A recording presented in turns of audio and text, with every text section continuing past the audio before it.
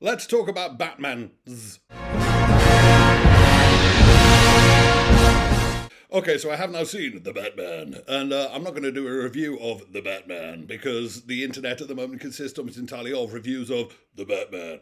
I thought I would just tell you where I happen to think The Batman sits in my own personal pecking order of Batman movies. So I thought what I'd do is talk about them in kind of chronological order. Talk about them in groups, actually, because they do very much exist in groups, don't they? You've got, after, the Adam West one, you've got the Tim Burton ones, and then you've got the Joel Schumacher ones, and then you've got the Christopher Nolan ones, and then you've got the Zack Snyder ones. So let's talk about them one group at a time. Should start with the Adam West movie, of course. You can't not. The thing which nobody really mentions about the 1966 Adam West Batman movie is that it's not just the movie version of the Adam West TV show. It's, if anything, it's a slight send-up of it. You see, if you watch the TV show is very kitsch and camp and colourful, but it only very occasionally plays it out and out for laughs. Whereas the movie very much plays things for laughs right from the get-go. It's almost a piss take of itself. And you've got to say, a lot of it is extremely funny. Some days you just can't get rid of a bomb. So, yeah, I'm a great defender of 60s Batman, both the TV show and the movie. And in particular, when my kids were little, this was the Batman movie I could show them. In fact, my kids called it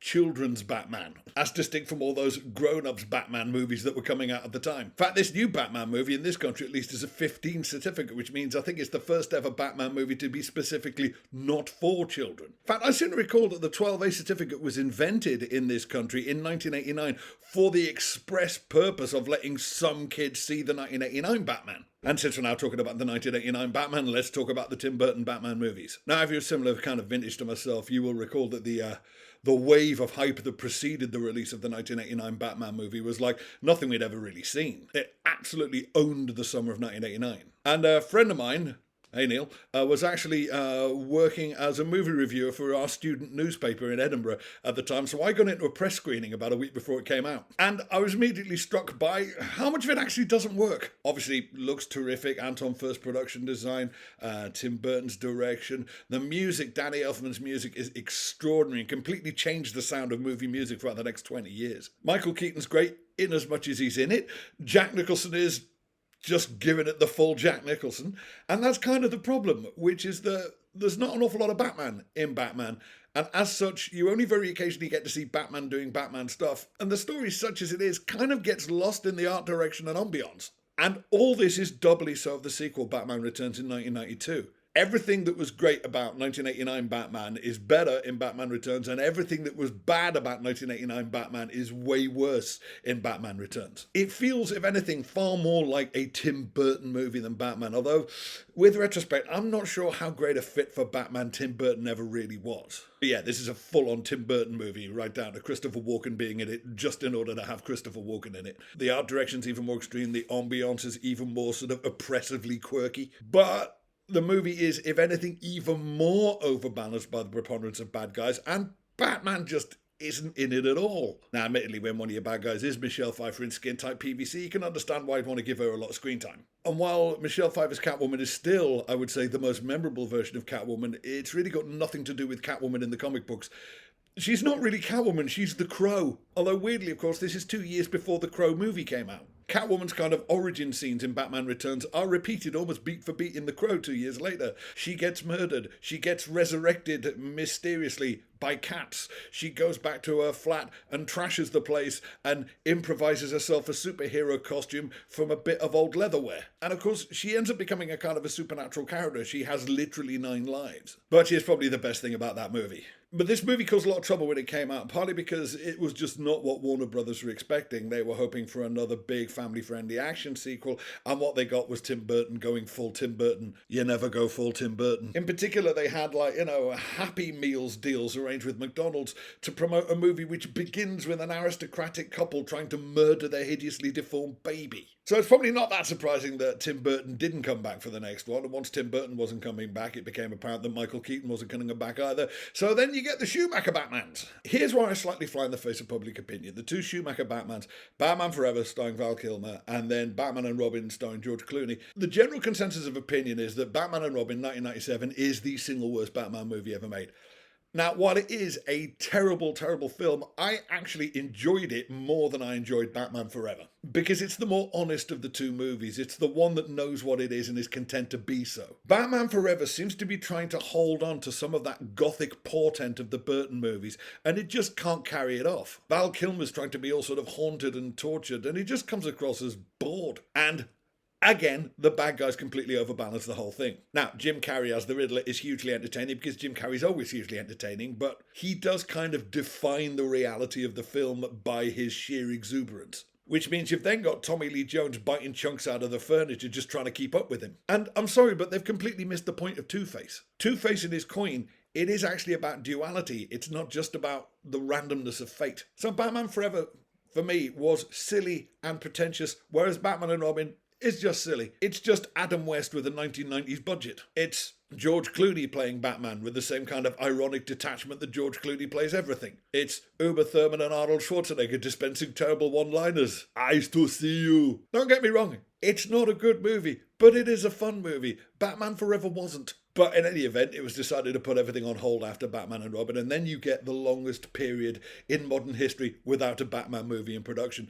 Basically, ever since 1989, there has to be a Batman movie in production. If it all falls to bits, you just recast, reboot, and start all over again. Because while there was that 9-year gap, in that 9-year gap, there were at least, I think, 2, possibly 3 Batman movies that were started, got into pre-production, and then ended up being cancelled. So then we get moving again in 2006 with the Christopher Nolan / Christian Bale Batman movies. Batman Begins in 2006, Dark Knight in 2008, The Dark Knight Rises in 2012. Now, again, here's where I differ from public opinion. Most people seem to agree that The Dark Knight Rises was a bit of a mess, but that The Dark Knight was this absolute triumph and the single greatest comic book movie ever made. I only really like Batman Begins out of this lot.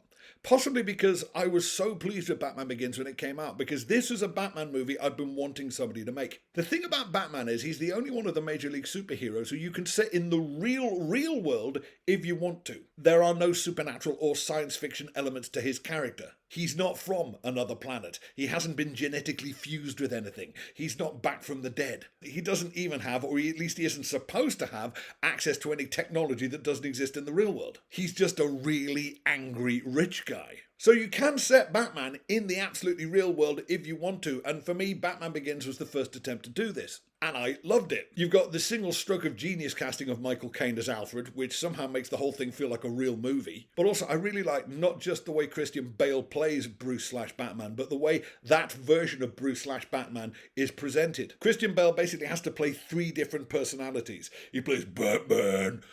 He also plays the Bruce that only he and Alfred ever get to see, which is the very serious-minded and driven Bruce.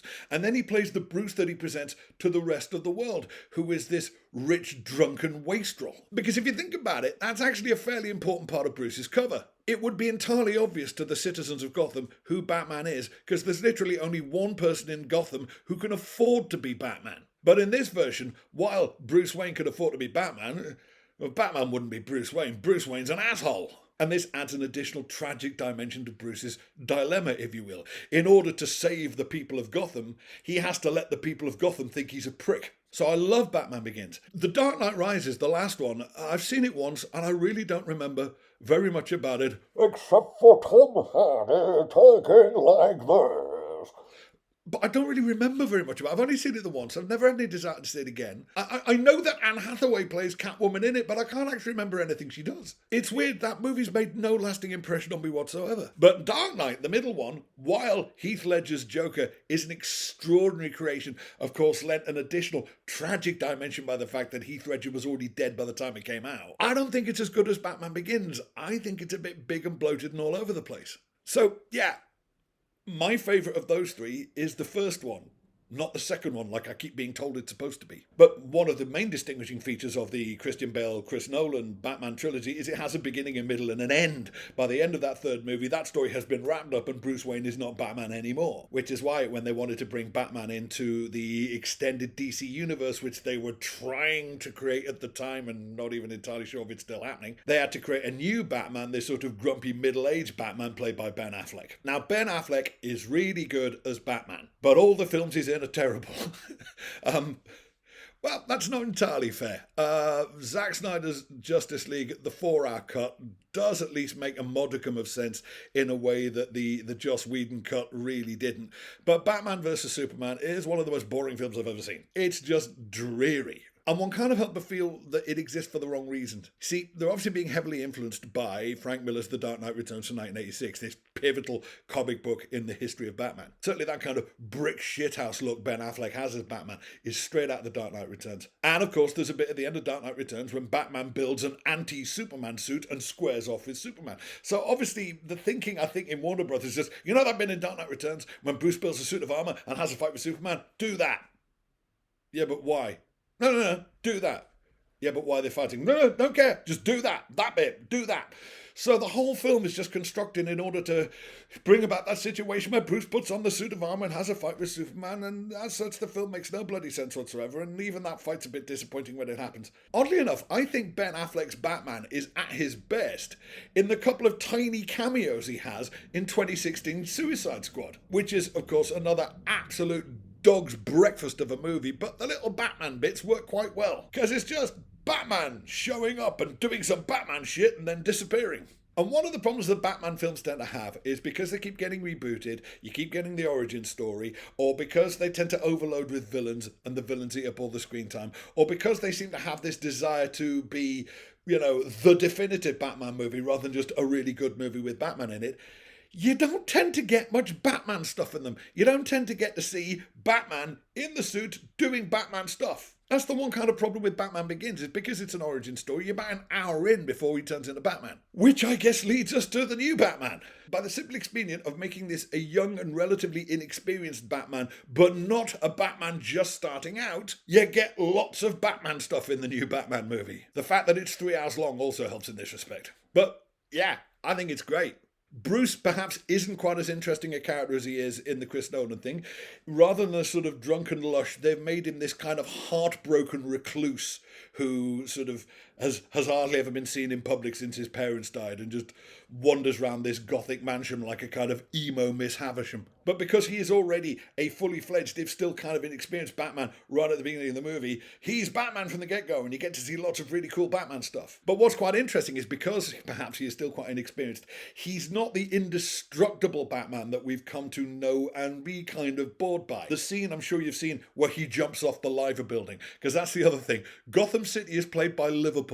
Occasionally Glasgow, but mainly Liverpool. And yeah, that is kind of distracting when you know Liverpool as well as I do. There's a lot of scenes set in front of St George's Hall, which is where my sister got married. And I know that building really well. And the scene when he jumps off the clock tower, that's the Liver building. It's just the bloody Liver building.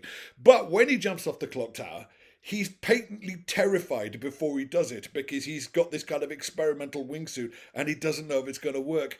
And it does work, but he kind of botches the landing and is patently in agony immediately afterwards. So he's not a superhuman Batman, so he's a kind of a more relatable Batman in that respect. It's also got what is now possibly my second favourite Batmobile, after the Tim Burton one, just because it's such a beautiful piece of design. It's completely impractical, but it just looks gorgeous. This is the most practical Batmobile ever. It looks, and I suspect it actually is, a 1970 Dodge Challenger with a rocket motor and armour plating. But it's the first Batmobile I've ever seen that looks like it's been designed to be used as a weapon, and it very much is.